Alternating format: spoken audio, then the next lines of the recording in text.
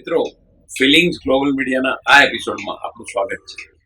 તન અને મનની શાંતિ માટે વિશ્વ શાકાહાર તરફ વળે તે માટે સતત 40 વર્ષથી પ્રયત્નશીલ એવા યુકેથી ખાસ પધારેલા શ્રી નીતિનભાઈ મહેતાને મળીએ. આવો નીતિનભાઈ, આપનું સ્વાગત છે ફિલિંગ્સ મલ્ટીમીડિયામાં. તમારો ખૂબ જ આભાર અતુલભાઈ. અને આપણે તમારો જે મીડિયા છે ફિલિંગ્સ ગ્લોબલ મીડિયા, એમનો પણ ખૂબ ખૂબ આભાર. તમે મને મોકો આપ્યો છે તમારો એક વાર્તાલાપનો, તે બદલ તમારો ખૂબ ખૂબ આભાર. ધન્યવાદ. મારું નામ નીતિન મહેતા છે. હું છેલ્લા 40 વર્ષથી ઉપરથી લંડનમાં, ઇંગ્લેન્ડમાં રહું છું. અને એ પહેલાં મારો જન્મ આફ્રિકા કેન્યામાં થયો હતો. અને છેલ્લા 40 વર્ષમાં ભારતીય સંસ્કૃતિ અને ભારતીય આપણી ભાષા તેમજ આહારનો જે કાંઈ પણ પ્રચાર થઈ શકે એ પ્રચાર કરવાની કોશિશ કરી રહ્યો છું. અને ઘણી સફળતા પણ પ્રાપ્ત થઈ છે. કારણ કે જે આપણી આ ભારતીય સંસ્કૃતિ છે એ અનમોલ સંસ્કૃતિ છે. અને એને આપણે કેવી રીતે જીવિત રાખવી, અહીંયા જ નહીં, ભારતમાં જ નહીં પણ આખી દુનિયામાં, એ બહુ જ જરૂરી છે. તો એમાં એક આહારનો મોટો પાસો આવે છે. અને આહાર આપણે કેવી રીતે આપણે સાચવી શકીએ એની પૂરી કોશિશ કરીએ છીએ. પરદેશમાં આપણે ઇન્ડિયન વેજીટેરિયન એન્ડ વિગન સંસ્થા અહિંસાની સ્થાપનાનો વિચાર કેવી રીતે આવ્યો?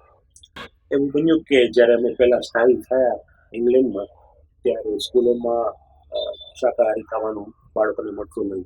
એટલે એ દ્રષ્ટિથી અમે વિચાર કર્યો કે એવી સંસ્થા હોય જ્યાં આપણે શાકાહારનો પ્રચાર કરી શકીએ અને સ્કૂલોમાં પણ આપણે એનો આગ્રહ રાખી શકીએ. તો એ દ્રષ્ટિથી અમે કામ શરૂ કર્યું. અને આજે તો બધી સ્કૂલોમાં બાળકોને વેજીટેરિયન ખાવાનું પણ મળી શકે છે અને વિગન ખાવાનું પણ મળી શકે છે.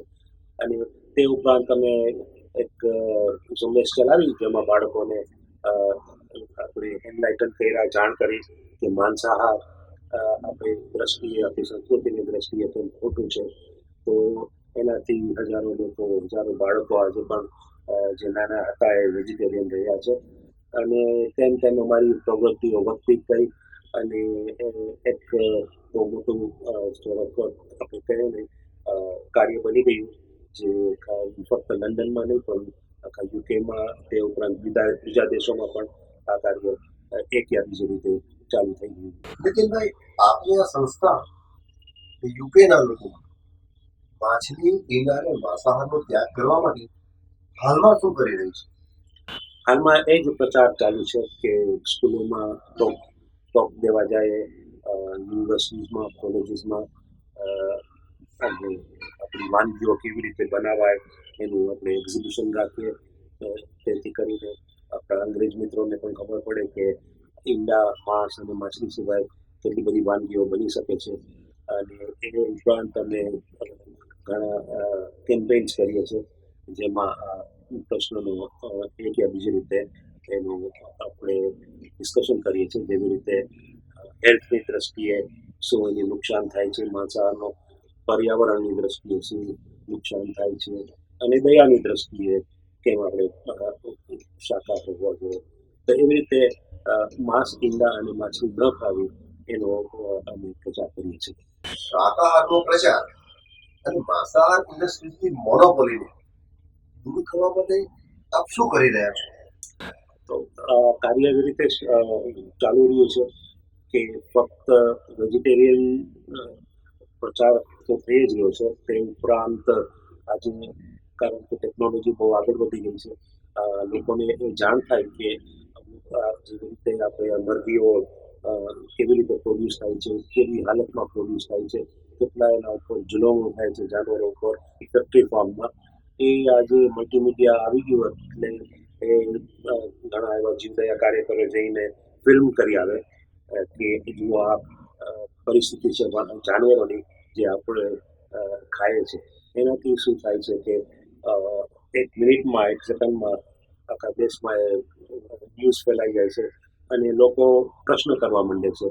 એ કારણથી આજે યુવા વર્ગ બહુ આ તરફ ઢળી રહ્યો છે. માંસાહાર મૂકીને સીધું વિગનિઝમ તરફ જઈ રહ્યા છે. એમાં હજારો બલ્કે લાખો અંગ્રેજો પણ આજે જોડાઈ રહ્યા છે. આપની આ પ્રવૃત્તિ વસુધૈવ કુટુંબકમની ભાવનાને પરદેશમાં કઈ રીતે ઉજાગર કરે છે? હા, તો આ પ્રશ્ન બહુ જ અગત્યનો છે. કે આપણું જે મેઇન આપણો જે લક્ષ્ય છે એ છે શાકાહાર પ્રચારનો, પણ એની પાછળ આપણી સંસ્કૃતિ છુપાયેલી છે. આપણે જોઈ શકીએ કે આહાર અને ભારતીય સંસ્કૃતિ, હિન્દુ સંસ્કૃતિ એકદમ સંકળાયેલી છે. આપણા ઋષિમુનિઓ કહી ગયા છે કે મનુષ્ય જાતિ વાસ્તે જે ખરો ખોરાક છે એ માંસાહાર નથી પણ શાકાહાર છે. તો એ પ્રમાણે આપણે એનો પ્રચાર ફક્ત ભારતીયોમાં નહીં પણ બિન ભારતીયોમાં પણ કરવાની કોશિશ કરીએ છીએ. તો અને અમે એક પણ અમને જાણ થઈ કે એ દેશમાં જેને આપણે સમજીએ છીએ કે પૂર્વ માંસાહારી હશે એ દેશમાં પણ લાખો અંગ્રેજો પહેલેથી શાકાહારી રહ્યા છે. અમુક તો પેઢીઓ સુધી શાકાહારી રહ્યા છે, કારણ કે એવા ઘણી વ્યક્તિઓ છે કે જેમને આ આપણા ધર્મ કે સંસ્કૃતિ કે બારામાં કાંઈ પણ જાણ નથી, પણ એમને મીટ જોઈને જ એમ થતું હતું કે ના આ એક એવી વસ્તુ છે કે આપણે ન ખાવી જોઈએ. એવા હજારો અંગ્રેજો પણ આજે પણ છે. અને એમની સાથે કામ કરી એમને જુદી જુદી વાનગીઓ ચખાડી અને એક વસુદેવ કુટુંબકમની ભાવના ક્રિએટ થાય છે, જેનાથી આપણી સંસ્કૃતિનો પણ પ્રચાર થાય છે. એમને જાણવા મળે છે કે આપણું સંસ્કૃતિ, હિન્દુ સંસ્કૃતિ શું છે, શા માટે એમાં અહિંસા ઉપર એટલો બધો ભાર મૂકવામાં આવ્યો છે, અને એ પર્યાવરણ વાસ્તે તમારા આરોગ્ય વાસ્તે અને દયાને કારણે કેટલું અગત્યનું છે. તો એ ભાવનાથી ધીરે ધીરે એ વર્ગ પણ આપણી તરફ આવી રહ્યો છે. અને બધા સાથે મળી અને અહિંસાના કાર્યથી એ વસુદેવ કુટુંબની ભાવના બની શકે એમ છે આજે વિશ્વમાં. તેથી ભાષાનો પ્રભાવ પરદેશમાં ઘટે તે માટે આપણી સંસ્થાને બીજી કઈ કઈ સંસ્થાઓની પીઠબળ મળે છે એ વિશે આપણે એવું બની શકે યુકેમાં જે હજારો એવી સંસ્થાઓ છે જે આ કાર્યમાં ખૂબ જ અગત્યનો ભાગ ભજવે છે. એમાં મોટાભાગના કાર્ય અંગ્રેજો કરે છે. જેવી રીતે ત્યાં એક સોસાયટી છે વિવા કરીને, એ સ્કૂલોમાં, કોલેજમાં અને એકદમ સારું એ લોકોનું કેમ્પેન હોય છે. એવી જ રીતે બીજી સંસ્થા છે કમ્પેશન ઇન વર્લ્ડ ફાર્મિંગ, એક બીજી છે એનિમલ એઇડ, બીજી છે ફ્રીડમ ઓફ એનિમલ્સ. હકીકતમાં એક ગામમાં આવી સંસ્થાઓ આજે થઈ ગઈ છે જે ફક્ત અને ફક્ત માંસાહાર રોકવા વાસ્તે અને જાનવરો પર થતા જુલમોને રોકવા વાસ્તે કામ કરી રહી છે. એટલે આ જે અહિંસા છે એ અહિંસા ફક્ત શાકાહારી બનવાથી પૂરી નથી થતી. આ અહિંસા આગળ જાય છે કે આ હિંસા જે જાનવરો પર થઈ છે એને આપણે કેવી રીતે રોકી શકીએ. બીજી આપણે જોઈએ બીજી રીતે કે મનુષ્ય જાતિ અત્યારે થાકી ગઈ છે કે જ્યાં જોઈએ ત્યાં હિંસા હિંસા હિંસા ચાલી રહી છે. આપણે બધાને શાંતિ જોઈએ છે, કોઈને પણ અશાંતિ નથી જોતી, પણ આપણે આટલી બધી હિંસા જાનવરો ઉપર કરીએ છીએ. અને એ પૃથ્વી તો એક જ છે, જે પૃથ્વી ઉપર આપણે રહે છે એ પૃથ્વી ઉપર જાનવરો રહે છે, એના ઉપર આટલા અત્યાચાર કરવાથી કર્મની દ્રષ્ટિએ પણ એ હિંસા પાછી આપણા ઉપર રીબાઉન્ડ થાય છે. એટલે એ દ્રષ્ટિએ પણ આપણે માંસાહાર રોકાવો જોઈએ, એ ખાસ જરૂરી છે. આપની વાત બરોબર સાચી છે, પણ આપ જે સંસ્થાઓ સાથે સંકળાયેલા છે, આપણી સાથી સંસ્થાઓ, એ તમામનું સંકલન કરીને ત્યાંની યુકે ગવર્મેન્ટ પાસે આપ વેજીટેરિયન અને વિગનનો પ્રભાવ ત્યાંના લોકોમાં વધે અને માંસાહારનું પ્રમાણ ઘટે તે માટેના કોઈ અનુકૂળ નિર્ણયો લેવડાવશો ખરા? નિર્ણય એવું થયું છે કે અમે ઘણી જગ્યાએ લોકોને પ્રતિજ્ઞા લેવડાવીએ છીએ. અમારા જે કાર્યક્રમો હોય મોટા મોટા એમાં લોકોને પ્રતિજ્ઞા લેવડાવીએ છીએ કે જીવનભર તેઓ માંસ, ઈંડા અને મછલી નહીં ખાય. તે ઉપરાંત આગળ વધતા અમે વિગન થવાનું પણ આગ્રહ રાખીએ છીએ, જેનાથી તમે દૂધના પદાર્થ પણ ના લ્યો. અને એક જુદી જુદી આખી એની આપણે કહીએ ને કે સ્ટોરી છે કે ગાયો ઉપર પણ કેવી રીતે દૂધ લેવામાં કેવી રીતે ગાયો ઉપર પણ ઘણા અત્યાચાર થઈ રહ્યા છે. એટલે લોકો એ તરફ પણ ઢળી રહ્યા છે. અને બીજી રીતે આપણે જોઈએ તો વિગન વાનગીઓ અને વેજીટેરિયન વાનગીઓ આજે તમને ખૂબ મળશે. બધા જુદા જુદા દેશો પણ વિગન વાનગીઓ બનાવવા માંડ્યા છે. તો એ દ્રષ્ટિથી એક છેલ્લા 15 થી 20 વર્ષમાં યુરોપમાં એક આખું રિવોલ્યુશન થઈ ગયું છે. જેમાં લોકો માંસાહાર તરફથી શાકાહાર તરફ જઈ રહ્યા છે. અને એ જ આપણી ઈચ્છા છે કે ભારતમાં પણ માંસાહાર રોકાય અને શાકાહાર પૂરો પ્રચાર થાય, લોકો માંસાહાર મૂકી દે અને જાનવરોના પૂરેપૂરા હક આપે, તો આ ધરતી પણ પવિત્ર થશે અને આપણી પૃથ્વી પણ પવિત્ર થશે. નીતિનભાઈ, આપના કાર્ય ખાસ કરીને શાકાહાર અને વેગન આપ ખૂબ સરસ કાર્ય કરી રહ્યા છો, પણ આ પશુ પક્ષીઓ પર થતા અત્યાચારો અને જુલ્મને રોકવા જે આ પ્રયત્ન કરો છો, તેના કેવા પરિણામો આપને મળે છે તે વિશે જણાવો. હા, એટલે જુદા જુદા વર્ગો જુદી રીતે કામ કરી રહ્યા છે. તો એક એવો જ વર્ગ છે જીવદયાનો વર્ગ કે જ્યાં પણ જાનવરો ઉપર કોઈ પણ અત્યાચાર થતા હોય એને કેવી રીતે રોકવા. તો અમે જેવી રીતે વાત કરી કે જે આપણે ફેક્ટરી ફાર્મ છે જ્યાં જાનવરોને બાંધવામાં આવે છે, એના કેવી રીતે કાયદા બદલવા, કેવી રીતે આપણે જે જાનવરોનો એક્સપોર્ટ થાય છે એને કેવી રીતે રોકવો. તો આ બધી ઝુંબેશ બહુ લાંબા સમયથી ચાલે છે, કારણ કે સામેની જે લોબી છે એ પણ બહુ પાવરફુલ છે. જેવી રીતે તમારે જાનવરોનો એક્સપોર્ટ રોકવો હોય તો એની સામે લોબી એટલી બધી પાવરફુલ છે કે ગવર્મેન્ટને કરવા ના દે. તો હમણાં ગયા વર્ષે જ ઘણા વર્ષ પછી અને ઘણા પ્રયત્ન પછી બ્રિટેનની સરકારે જાનવરોનો એક્સપોર્ટ બેન કરી દીધો. મતલબ બિનકાયદેસર થશે, એટલે જાનવરો કોઈ એક્સપોર્ટ હવે થશે નહીં એ દેશમાંથી. અને એનું આપણો જે શ્રેય જાય છે આપણા ભારતીય પ્રાઇમ મિનિસ્ટર જે થઈ ગયા ઋષિ સુનક, એમણે આ બિલ પાસ કરાવી દીધું. એવી રીતે એવી રીતે આપણે અહીંયા શિયાળનો શિકાર થતો હતો, એ પણ 30 વર્ષની ઝુંબેશ પછી ત્યાંની ગવર્મેન્ટે બેન કરી દીધું. અને એક એક આખી માહોલ છે, વ્યૂહરચના છે, જેમાં કોઈ પણ રીતે કોઈ પણ જાનવર ઉપર કોઈ અત્યાચાર થતા હોય એને કેવી રીતે રોકવા. પછી લોકો પોતાની પર્સનલ લાઈફમાં પણ જોઈએ છે કે પર્સનલ લાઈફમાં તો ક્યાંય હિંસા નથી થઈ રહી, એટલે હવે આ જે હજારો લોકો, લાખો લોકો શાકાહારી બની રહ્યા છે, વિગન બની રહ્યા છે.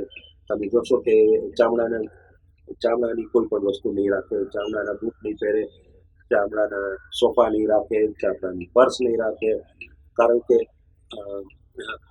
જાનવરો માંસાહાર અને જાનવરોની કતલ અને આપણે લેધર એ બે સંકળાયેલા છે. જાનવરોને મારવામાં આવે પછી એને ચામડું આ બધી વસ્તુઓમાં ઉપયોગ થાય. એટલે જે વ્યક્તિઓ આ જાણે છે એ કોઈ દિવસ પણ ચામડાની વસ્તુઓ નહીં લે. એક ભારતીય હોવાના નાતે ભારતીય સંસ્કૃતિના પાયાના સિદ્ધાંતો સત્ય, પ્રેમ, દયા અને કરુણાની ભાવનાને આ પરદેશની ભોગ વિલાસવાળી સંસ્કૃતિ સાથે કઈ રીતે મેચ કરો. હું પોતે જૈન પરિવારમાં મોટો થયો છું, એટલે અહિંસાનો જે કાંઈ ગુણો છે એ મારા જન્મથી મારામાં છે જ. આગળ જતા આપણે જો તમે વાત કરી કે જે ભોગવિલાસની દુનિયા પશ્ચિમી દેશ છે, એમાં આશ્ચર્ય આપણે એ થશે કે એવા હજારો લાખો છે જે ભોગવિલાસને છોડી અને આધ્યાત્મિક રુચિ ધરાવે છે, દયાની રુચિ ધરાવે છે, અહિંસાની રુચિ ધરાવે છે. એ વ્યક્તિઓ એની સાથે આપણે કામ કરીએ છીએ. અને આજે એ જે વર્ગ છે મોટો ને મોટો થતો જાય છે. એટલે કામ આજે એક તરી આપણે જોઈએ તો એક રીતે સહેલું થતું જાય છે. એટલે અને એ ઉપરાંત અમે વધારે ને વધારે લોકોને એન્કરેજ કરીએ છીએ આ તરફ ઢળવાની. એમાં અમે એક કાર્ય જે કરીએ છીએ એ છે કે આપણે મહાવીર એવોર્ડ્સ અમે આપીએ છીએ. મહાવીર એવોર્ડ એવી કોઈ વ્યક્તિને આપીએ કે જે દયા અને અહિંસાનું અને શાકાહાર પ્રચારનું કામ કરતી હોય, અને કોઈ એવી કઈ સંસ્થા હોય જે આવું કામ કરતી હોય, તો એવી વ્યક્તિને અમે ગોતીને મહાવીર એવોર્ડ્સ આપીએ છીએ. તો એમાં બે કામ થાય છે. એક તો ખુશ થઈ જાય કે ભારતીય લોકોએ મને યાદ કર્યા, અને બીજું પછી એમના ઘરે મૂર્તિ રાખીને એમને એકદમ આનંદ આવે કે અમારા ઘરમાં ભગવાનની મૂર્તિ આવી છે. તો એનાથી પણ આપણો પ્રચાર ઘણો થઈ ગયો છે. બીજું, અમે દર ક્રિસમસ ઉપર અંગ્રેજ મિત્રોને આપણું શુદ્ધ શાકાહારી ભોજન ખવડાવીએ છીએ. અમે એમને એ જ કહીએ કે તમે આવો અમારી સાથે અને અમે ક્રિસમસ તમારી સાથે ઉજવશું, પણ શાકાહારી ભોજન સાથે. તો એમાં પણ બે વસ્તુ થઈ રહી છે કે એમનો અને આપણો જે સેતુ બંધાયેલો છે એ બહુ જરૂરી છે. કોઈ પણ દેશમાં મારા અનુભવ પ્રમાણે જો જે માઇનોરિટી કોમ છે એ સુખ શાંતિથી રહી શકે જ્યાં સુધી મેજોરિટી કોમ એની સાથે હોય. તો એમની આપણે કેળવણી કેવી રીતે કરવી? તો આપણે ખાવાની એક એવી વસ્તુ છે જેમાં તમે બેસી અને એકબીજા સાથે તમે ચર્ચા કરી શકો અને મિત્રતા કેળવી શકો. તો એ અમે છેલ્લા 38 વર્ષથી એ કામ પણ અમે કરી રહ્યા છે. એટલે જુદી જુદી દ્રષ્ટિથી એવી રીતે આ કામ થઈ ગયું છે. એ ઉપરાંત ત્રણ મોટા પાસા છે એ અમે ખાસ એના ઉપર ધ્યાન મૂકીએ છીએ. એક છે આરોગ્યની દ્રષ્ટિથી માંસાહારનો ગેરલાભ, છે પર્યાવરણ અને તેમજ છે દયાની વાત. તો અત્યારે એ પણ મેડિકલ ઓપિનિયન પણ એમ જ કહી રહ્યું છે કે તમે માંસાહાર તમારે મૂકવો પડશે જો તમારે તમારું આરોગ્ય સાચવવું તો. એટલે આપણે જોઈ શકીએ છીએ કે આપણા ઋષિમુનિઓ જે કહી ગયા હતા હજારો વર્ષ પહેલા એ આજે સાયન્ટિફિકલી પણ પ્રૂવ થઈ ગયું છે કે એ સાચું છે. ચોક્કસ આપણે જે વાત કરી તે ખૂબ આનંદદાયક છે. એ વાતને આગળ વધારું કે માંસાહારના કારણે અત્યારે જળ, જમીન અને વાયુનું પ્રદૂષણ એટલે કે પર્યાવરણનું સંતુલન હવે વધુ ન બગડે એ માટે શાકાહારી શા માટે આપ શ્રેષ્ઠ આહાર ગણાવો છો? હા, આ બહુ જ અગત્યનો પ્રશ્ન છે કારણ કે હું નથી કહેતો પણ યુનાઇટેડ નેશન કહી રહી છે કે આ જે પર્યાવરણ બગડી રહ્યું છે, ગ્લોબલ વોર્મિંગ થઈ રહ્યું છે, એનું સૌથી મોટું કારણ છે અબજો જાનવરો જે આપણે પેદા કરીએ છીએ એને ખાવા માટે. કારણ કે આ અબજો જાનવરો મિથેન ગેસ નીકળે છે જે ગ્લોબલ વોર્મિંગનું મોટું કારણ છે. તે ઉપરાંત તમે વિચાર કરો કે અબજો જાનવરોનું જે વેસ્ટ છે એમાંથી જે નીકળે છે એ અબજો ટન વેસ્ટ એ ધરતીમાં જાય છે, પછી નદીમાં જાય છે, નદીમાંથી દરિયામાં જાય છે. જ્યાં જ્યાં એ જાય છે કારણ કે એવી રીતે એમાં બધા જુદા ગેસ છે કે એ બધી જગાઓ સાવ કોઈ પછી કાંઈ ઉગે એવું રહેતું નથી અને જમીન સાવ બગડી જાય છે. એટલે એ એક મોટો પ્રશ્ન છે. અને બીજો પ્રશ્ન એ છે કે આપણે તમે જે અનાજ ખવડાવો છો એ અનાજ પહેલાં તો ગાયો ફરતી હતી અને એને ઘાસ ખાવા મળતું. હવે તો ગાયો બાંધેલી હોય છે અને એને આપણે સોયા કે એવા બીજા સિરિયલ્સ ખવડાવવામાં આવે છે. તો આ સોયાનું એટલું બધું એમને જરૂર પડે છે કારણ કે અબજો જાનવરોને તમારે કેટલું સોયા ખવડાવવું પડે. તો જો એ ડાયવર્ટ કરવામાં આવે, જો એ સોયા આટલો બધો જાનવરોને ન ખવડાવવામાં આવતું હોય તો દુનિયાની અત્યારે આપણી 80 બિલિયનની આપણી જે વસ્તી છે એનાથી 30 બિલિયન વધારે પણ આપણે એને ખોરાક આપી શકીએ. પણ આ બધું જે ઉગી રહ્યું છે એ જાનવરોને ખવડાવવામાં આવે છે અને જાનવર એમાંથી તમને સાવ થોડું માંસ પાછું આપે છે. એટલે ઇકોનોમિક દ્રષ્ટિએ પણ એકદમ ખોટું છે. તો આપણે એમ વિચાર કરીએ કે આ ગણેલા લોકો જેને આપણે કહી શકીએ કે બધું સમજે છે એ એક સિમ્પલ નાની વાત નથી સમજી શકતા કે આ જંગલો છે એ આપણું જીવન એના ઉપર નભી રહ્યું છે અને એક ઝાડને પણ કાપવું એ કેટલી ખોટી વાત છે, કેટલી નુકસાનકારક છે. તો પછી આટલા જંગલો કપાઈ રહ્યા છે અને કોઈ કાંઈ નથી બોલી રહ્યું અને ધરતીમાં સહન કરતી જાય છે. તો એક આજે એ બહુ જ આપણે જે કહીએ ને કરુણાજનક પરિસ્થિતિ છે અને એને આપણે રોકવી બહુ જ જરૂરી છે. હજી બહુ મોડું નથી થયું. જો દુનિયા સમજી જાય અને ભારત જો એનું આગળ જો એનું અગ્રેસર થાય, જેમ આપણું યોગમાં અગ્રેસર થયા છે એમ આમાં પણ વિશ્વગુરુ બની અને આ જે સંદેશો આપણે મોકલી શકીએ તો ફરી પાછી એ જ વાત આવશે કે વસુદેવ કુટુંબકમ ભારતની સંસ્કૃતિએ આખી દુનિયાને આપી અને એ દ્રષ્ટિએથી જ અમે કામ કરી રહ્યા છીએ કે આ ભારત ભૂમિ જે કાંઈ એની જે સંસ્કૃતિ છે, જે ઇતિહાસ છે, એ દુનિયામાં કોઈ પાસે નથી. જે આપણી પાસે ખાવાની વાનગીઓ છે એ કોઈ પાસે નથી. અને આ બધી આપણી દેન છે દુનિયાને, અને એ આપણે કેમ આગળ વધારી શકીએ. જોગાનું જોગે આજે હજારો ભારતીયો આખી દુનિયામાં વસી રહ્યા છે. આઈટી સ્પેશિયલિસ્ટ, ડોક્ટરો, સર્જનો, અને એ બધા પણ માં એક આપણો ભાગ બની ગયા છે કે બધા નવા જે દેશોમાં જે સ્થાયી થઈ રહ્યા છે ત્યાંના લોકોને ધીમે ધીમે આપણી સંસ્કૃતિનો લાભ કેવી રીતે મળે, કેવી રીતે આકર્ષણ થાય, એ કાર્ય આજે બની રહ્યું છે. આધ્યાત્મિકતા તરફ એ લોકો વળી રહ્યા છે. બિલકુલ આધ્યાત્મિક તરફ વળી રહ્યા છે. તમે સંસ્થાઓ જોશો કે આપણે ગુરુઓ છે, શ્રી શ્રી રવિશંકર, આપણે જગી મહારાજ છે, એ ઉપરાંત શિવાનંદ યોગા સેન્ટર છે. શિવાનંદ યોગા સેન્ટર આજે બધી જગ્યાએ તમને મળશે. એ ફક્ત યોગ નથી શીખવાડતા, પણ પૂરો હિન્દુ ધર્મ શીખવાડે છે. તમે ત્યાં જાશો તો તમે જોશો કે એકદમ ભણેલા ગણેલા અંગ્રેજો બેસીને સત્સંગ કરે છે, ભજન કરે છે. એવું એક જગ્યાએ નથી થઈ રહ્યું, બધી જગ્યાએ થઈ રહ્યું છે. જર્મનીમાં જાશો તો કોઈ નાના ગામમાં પણ જાશો તો તમને ઓચિંતાનો હરે કૃષ્ણ મંત્રો સાંભળવા મળશે. ઇસ્કોનના ડિવોટીસ ધોતિયું પહેરી અને ઠંડા દેશમાં કીર્તન કરી રહ્યા છે. તો આ પરિસ્થિતિ આજે બની રહી છે, એમાં તમે હું આપણે બધા એના સાક્ષી છે, અને આપણે એમાં આપણો ભાગ ભજવવાનો છે. કોઈ પણ ભાગ આપણો નાનો પણ આપણે ભાગ ભજવી શકીએ તો એ આપણે જે કાળ જોઈ રહ્યા છે ભવિષ્યનું, જેમાં ભારતીય સંસ્કૃતિ પાછી દુનિયાનો ગુરુ બની શકે, એ પરિસ્થિતિ આપણે જોઈ રહ્યા છે આપણી સામે. આપણે ખાલી મહેનત કરવાની છે.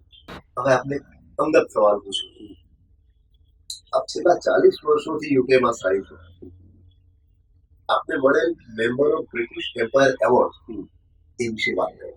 હા, તો એક ઇન્ટરેસ્ટિંગ વાત છે કે જેમ અમારો કેમ્પેન ચાલી રહ્યો હતો બધે, તો ત્યારના જ્યારે મને આ જે પુરસ્કાર મળ્યો 1999માં, એ વખતના બ્રિટિશ પાર્લામેન્ટના સ્પીકર એ અમારી જાણ થઈ.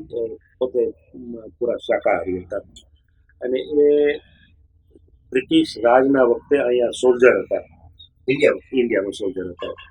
અને ત્યારે એમણે જોયું હતું કે ગરીબ અને ભૂખમરો જેણે ઇન્ડિયામાં જોયો, અને એને એમ થયું કે એણે વિચાર કર્યો કે આનું એક કારણ માંસાહાર છે, અને માંસાહાર જો રોકાય તો દુનિયામાં આપણે આ ભૂખમરો પણ ઓછો કરી શકીએ. તે દિવસથી એ પોતે શાકાહારી બની ગયા હતા. અને એમને સાથે ઘણી એક્ટિવિટીઝ થતી હતી, અને એમને જોયો કે આ કાર્ય કેટલું સરસ રીતે થઈ રહ્યું છે, તો એમણે ત્યાંના રાણીને મારું રેકમેન્ડેશન આપ્યું હતું કે આ વ્યક્તિને તમારે પુરસ્કાર આપવો જોઈએ. તે ઉપરાંત હું ઘણી સમાજ સેવાનું કામ કરું છું. કોઈ પણ આપણા ભારતીયને કોઈ પણ એવી તકલીફ હોય, કોઈ પણ ગવર્મેન્ટ ડિપાર્ટમેન્ટની જે સ્કૂલોમાં કોઈ પણ જગ્યાએ, તો પહેલેથી આપણે સેવાભાવથી કામ કર્યું છે. તો એ બધું ગણતરી કરીને કોઈ પણ ભારતીય, બિન ભારતીય પણ કોઈ આપણે આંગણે આવે કોઈ એવી જરૂર હોય તો, કારણ કે આપણા કાર્યથી આપણે થોડી ઘણી ઓળખાણ હોય ઘરે, તો એનાથી જે કોઈને આપણે મદદ થઈ શકે તો એ આપણે કરવી, આપણે સમાજ સેવાની ભાવનાથી.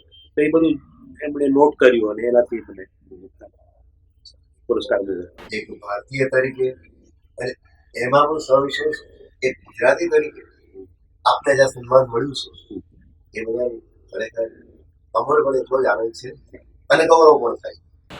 એટલે થોડી આર વાત કરું કે આપણા ધર્મશાસ્ત્રોમાં કહ્યું છે કે જેવો અન્ન તેવો ઓળખાય. માણસ જેવું ખાય એ આહાર લે એ પ્રમાણે તેના મન, બુદ્ધિ, ચિત્ત, અંતઃકરણ બનતા હોય છે, ગણાતા હોય છે. તો આપ શાકાહારની સાથે મેડિટેશન, માનસિક શાંતિ માટેની વાત કરું, બધી ભારતીય સંસ્કૃતિનો ભાગ છે, પતંજલિનું યોગ સૂત્ર. તો મેડિટેશન અને યોગ સાધના માટે આપનું પ્રવૃત્તિ કરો છો? અમારું ખાસ ધ્યાન એ તરફ નથી, પણ અમે જોયું છે કે જે કોઈ પણ વ્યક્તિ શાકાહારી બને, ખાસ કરીને અંગ્રેજ, એને ઓટોમેટિકલી યોગ કરવાનો અંદર ત્યાં જાગે. અને યોગ પછી મેડિટેશનમાં આવે, મેડિટેશન પછી કોઈ ગુરુ હોતે, અને પછી એને ઇન્ડિયા આવવું હોય. એટલે આ બધું લિંક છે, એકથી પછી એકથી એક. અત્યારે માંસાહાર મુકાય પછી આ તરફ ઘટી રહે. જેવી રીતે તમે જાણો છો ઓલા પ્રખ્યાત મ્યુઝિશિયન્સ હતા બીટલ્સ, 1960માં. તેઓ અહીંયા આવ્યા હતા આપણે ઋષિકેશ. તો ત્યાંના ઓલા જે ગુરુ મહારાજ હતા એમને લઈને આવ્યા હતા. તો તેઓ ત્યાંથી વેજીટેરિયન તો બની ગયા એમની સાથે. અને આજે પણ જે એમાંથી બે જીવિત છે, એક દરરોજ મેડિટેશન કરે છે, યોગ કરે છે, અને ચુસ્ત શાકાહારી, આખું કુટુંબ ચુસ્ત શાકાહારી. એટલે બધું ઇન્ટરકનેક્ટેડ છે. એક ફેરે આ તરફ આવે તો ધીમે ધીમે લોકો ભારતીય સંસ્કૃતિ તરફ ઢળતા જાય, આગળ વધતા જાય છે. હજી આ વાતમાં થોડા ઊંડા ઉતર. આપ ઘણા વર્ષોથી યુકેમાં ઝુંબેશ ચલાવો છો, એના ઘણા સારા પરિણામો પણ આપને મળ્યા હશે, ચોક્કસ હું માનું છું. તો તે અંગે વિગતવાર જણાવો. અને કોઈ બિન હિન્દુ પણ શાકાહારી વેદન થયા છે, જો થયા હોય તો તે અંગે પણ જણાવો.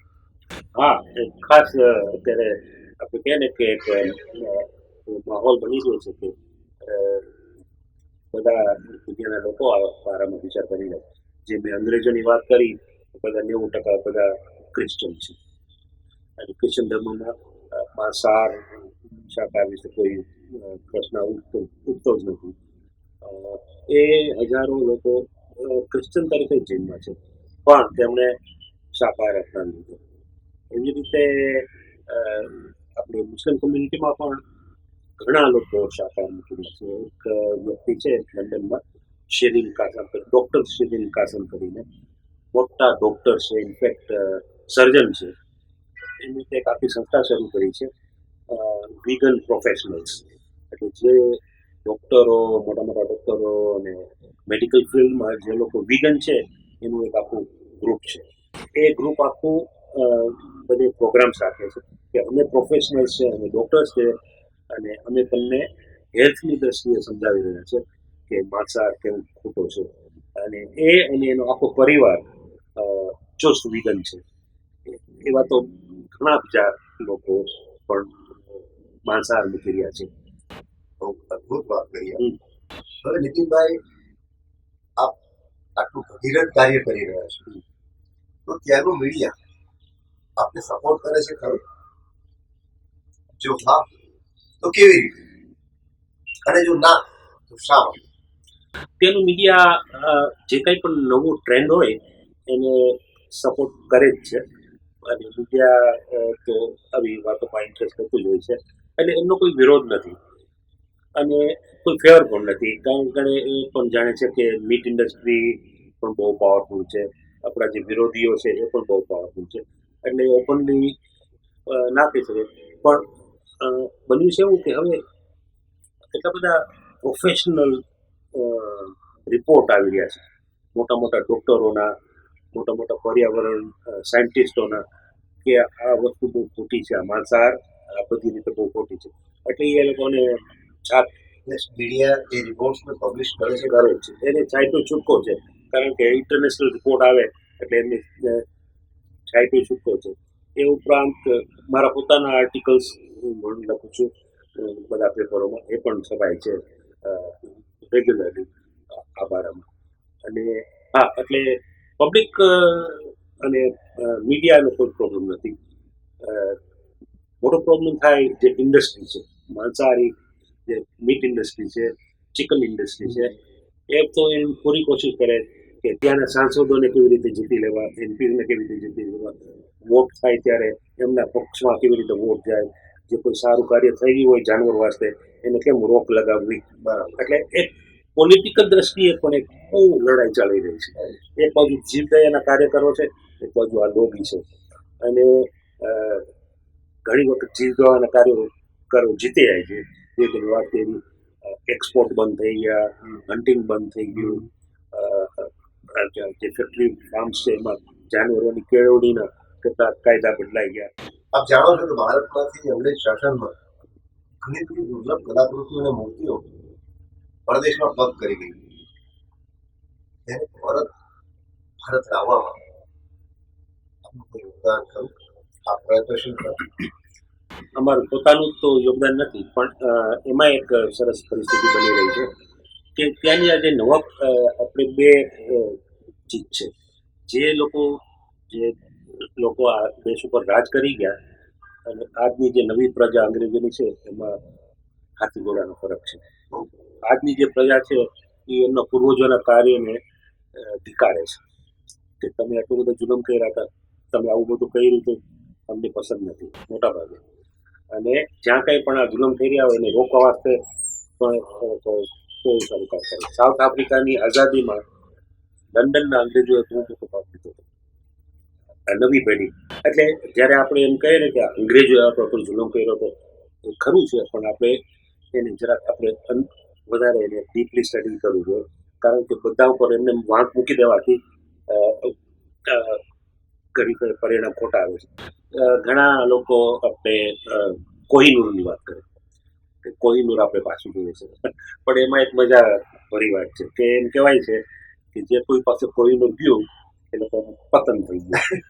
તો તમે જુઓ, એક ટાઈમે જે આખી દુનિયા પર રાજ કરતું હતું બ્રિટિશ રાજ, આજે એક નાનું ટાપુ રહી ગયું. એટલે કહેવાય કે જે ઠીક રાખવું હવે તમે તમારું કોહિનૂર.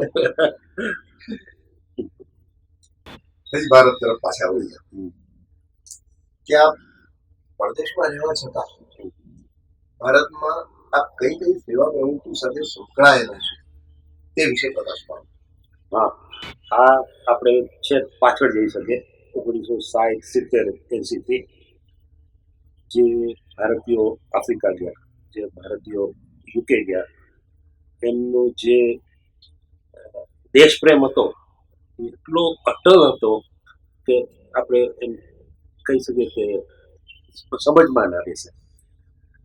આફ્રિકામાં જ્યારે ગયા ત્યારે બહુ ગરીબ પ્રજા, જે અહીંયા ભયંકર ગરીબી હતી ગુજરાતમાં, તો 15-16 વર્ષની ઉંમરે બધા નીકળી જતા હતા બોટમાં બેસીને.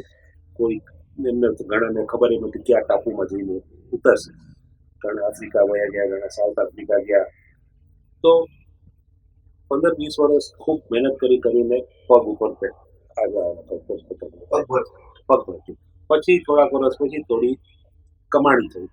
તો પહેલી જ વસ્તુ એ કરતા હતા કે મારા ગામમાં હું શું કરી શકું, મારા કુટુંબીજનોને હું શું કરી શકું, મારા કુટુંબમાં છોકરાઓને હું ભણતર આપી શકું, કે મારા ગામમાં અનાથ આશ્રમ શરૂ કરી શકું, હોસ્પિટલ. હું તો એમ માનું છું કે ગુજરાતની પ્રગતિમાં આફ્રિકાના ગુજરાતીઓનો બહુ મોટો ભાગ છે.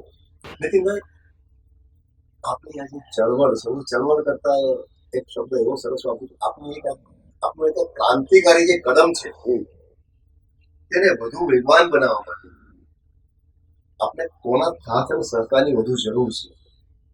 આમાં એક પ્રશ્ન પણ હું એક ચોક્કસ કરું. આ જે અહિંસા છે ને, આ અહિંસા વીરોની છે, આ અહિંસા કાયરોની.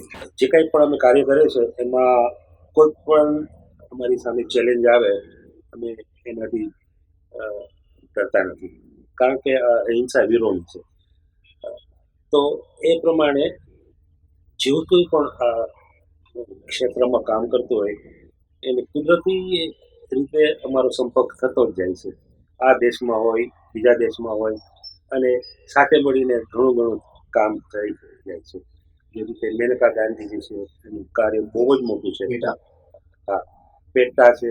તો મેનકાજીને હું હમણાં દિલ્હીમાં મળીને જાય, જે કાંઈ કાર્ય એમને કાંઈની જરૂર પડી હોય કે કંઈ ઇન્ફોર્મેશન જોઈએ છે, કાંઈ જોઈએ છે, તો એ હું આપી શકું, એમની પાસેથી હું ઘણું શીખી શકું. એટલે આવી વ્યક્તિઓ સાથથી કામ થઈ ગયું છે. અને પૈસાની અમે કોઈ દિવસ અપેક્ષા નથી રાખી. એક જે અમે કીધું કે અમે ઘણી પાંજરાપોળોને સાથ આપીએ છીએ. જ્યારે શરૂ કર્યું હતું ત્યારે અમારી પાસે ખાસ કાંઈ પૈસા નહોતા, ભંડોળ નહોતું, પણ હિંમતથી શરૂ કરી અને આજ જે 25-30 વર્ષ ત્યાં અમે લાખો પાઉન્ડ જુદી જુદી સંસ્થાઓને આપ્યા છે. અને કુદરતી રીતે આવી જાય છે. બહુ મહેનત નથી કરવી પડતી.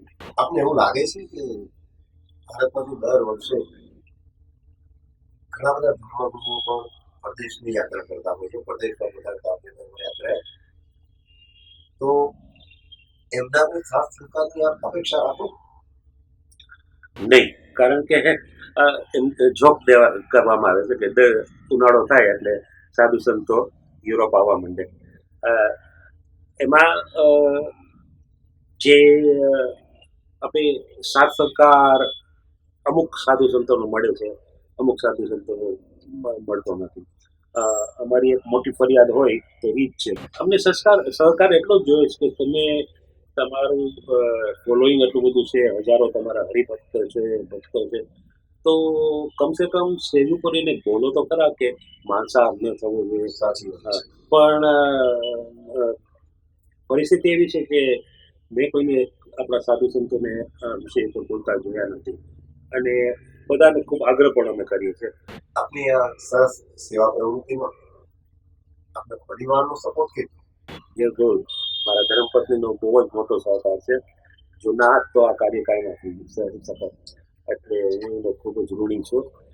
મારી બે દીકરીઓ પણ એકદમ જીવદયામાં ખૂબ જ માને છે અને જીવદયાનું કાર્ય પણ કરે છે. એટલે ના, ખાસ કરીને કુટુંબનો ખાસ સપોર્ટ છે. નીતિનભાઈ, આપનું એક પુસ્તક મને વાંચવામાં આવ્યું છે, તેનું નામ છે ancient India's imprints and influences on the world. એ પુસ્તક વાંચ્યા પછી મને એવું લાગે છે કે ભારતીય સંસ્કૃતિ વર્ષો અગાઉ પણ પરદેશમાં ઘણા બધા દેશોમાં પહોંચી હતી. બિલકુલ, આ જે ચોપડી જે મેં લખી છે એમાં 2 કે 3 હજાર વર્ષ અને એથી આગળ આપણે આ ભારતીય સંસ્કૃતિ આખી દુનિયામાં કેવી રીતે ફેલાયેલી હતી એનું મેં વર્ણન કર્યું છે, કન્ટ્રી બાય કન્ટ્રી. આયર્લેન્ડ તમે લઈ લ્યો, પછી તમે લઈ લ્યો જર્મની, અને બીજી બાજુ મેક્સિકો લઈ લ્યો, તમે ઇજિપ્ત લઈ લ્યો, આફ્રિકા લઈ લ્યો, ઈસ્ટ યુરોપિયન કન્ટ્રીઝ લઈ લ્યો, આ બધી જગ્યાએ, અને રશિયા તો ખાસ જ, મેસોપોટેમિયા, ત્યાં બધે ભારતીય ઇન્ફ્લુઅન્સ, ભારતીય સંસ્કૃતિ ફેલાયેલી હતી. અને તમે બુકમાં એ બધું એનું તમે એના બધા ફેક્ટ્સ એન્ડ ફિગર સાથે તમે એના બારેમાં જાણી શકશો. અને જે કોઈ પણ ભારતીય આ બુક વાંચશે એને મનમાં ગૌરવ થશે કે કેટલી જૂની આપણી આ સંસ્કૃતિ, જેને આપણે આર્યન સંસ્કૃતિ કહેતા, એ આર્યન સંસ્કૃતિ કેટલી બધી ફેલાયેલી હતી. અને દુર્ભાગ્ય જ્યારે આપણે ગુલામ બની ગયા ત્યારે આ બધો ઇતિહાસ દબાવી દેવામાં આવ્યો. આજે પણ ઘણો ઇતિહાસ દબાવેલો છે. ઘણા દેશોમાં હજી પણ રિસર્ચ કરવાની જરૂર છે, જ્યાં ભારતીય લોકોનો ભારતીય સંસ્કૃતિનો प्रचार किया तो मेरा भारत महान और आगे जाके मेरा भारत और भी महान बनेगा. આજની યંગ જનરેશન, ઇવન ભારતીય, ઇવન પરદેશ, એને આપનો શું મેસેજ છે યંગ જનરેશન ખાસ? હું છે ને આશાવાદી છું, નિરાશાવાદી નથી. હું પૂર્ણ રીતે માનું છું કે આપણી આ નવી પેઢી એક નવો ઇતિહાસ રચી શકે એમ છે, અને રચશે આખી દુનિયામાં. ફક્ત જરૂર એટલી છે કે આપણે એમને કેટલા તૈયાર કરી શકીએ, કેટલું આપણે એને પ્રોત્સાહન આપી શકીએ, કેટલું આપણે એને સાચી દિશામાં આપણે એનો ઉછેર કરીએ. બાકી એમનામાં જે ભાવના છે એ અખૂટ ભાવના છે. અને આ જે નવું જનરેશન છે ને એ જેમ ત્યાં અંગ્રેજો છે, કોઈ પણ વસ્તુને અપનાવશે તો એને વળગી રહેશે અને પાડશે, 100% પાડશે. આપણે ઘણી ફેરે 90% પાડીએ, 80% પાડીએ, એ તો એક ફેરે મગજમાં બેસી ગયું ના સાચી વાત છે. તમે નહીં માનો કે ખાવાની કોઈ પદાર્થ લેશે તો એમાં બધા ઇન્ગ્રેડિયન્ટ્સ રહેશે કે આમાં કોઈ એવી વસ્તુ નથી ને કે આમાં મારે ના કરવી જોઈએ. એટલે એકદમ ચુસ્ત અને નિખાલસ. આજે નવી પ્રજા છે નિખાલસ છે. અમુક વસ્તુ આપણે એમ લાગે કે મોઢા ઉપર તમને કહી દે કે ડેડી તમે આમ કરો છો, આમ કરો છો, પણ પાછળથી કાંઈ ના હોય, નિખાલસ. એટલે આ જે નવી પ્રજા છે એ ખૂબ જ આપણે એમ થાય આપણે આશાવાદી છે. નીતિનભાઈ, આજ આપ અમારી ઓફિસે પધાર્યા, તેમજ આપની સાથે વાતચીતમાં ઘણું જાણવા મળ્યું, તેમાં સમજવા મળ્યું, તે બદલ આપના અમે ખૂબ ખૂબ આભારી છીએ. આપનું આ સામાજિક કાર્ય સમગ્ર ભારતવાસીઓ માટે ગૌરવની વાત છે. ફિલિંગ્સના 55 દેશોમાં 30 લાખથી વધુ વાચકો સમક્ષ આપની આ વાત પ્રસરાવતા આનંદ અને ગૌરવની લાગણી અમને થશે. અમારી ફિલિંગ્સ ફાઉન્ડેશન થકી પણ અમે જીવદયા, નેત્રદાન, અન્નદાન, શાકાહારી તેમજ વિગનનો પ્રચાર પ્રસાર ઘણા વર્ષોથી કરીએ છીએ. આભાર. જય હિન્દ, જય ભારત. આભાર અતુલભાઈ. જય હિન્દ.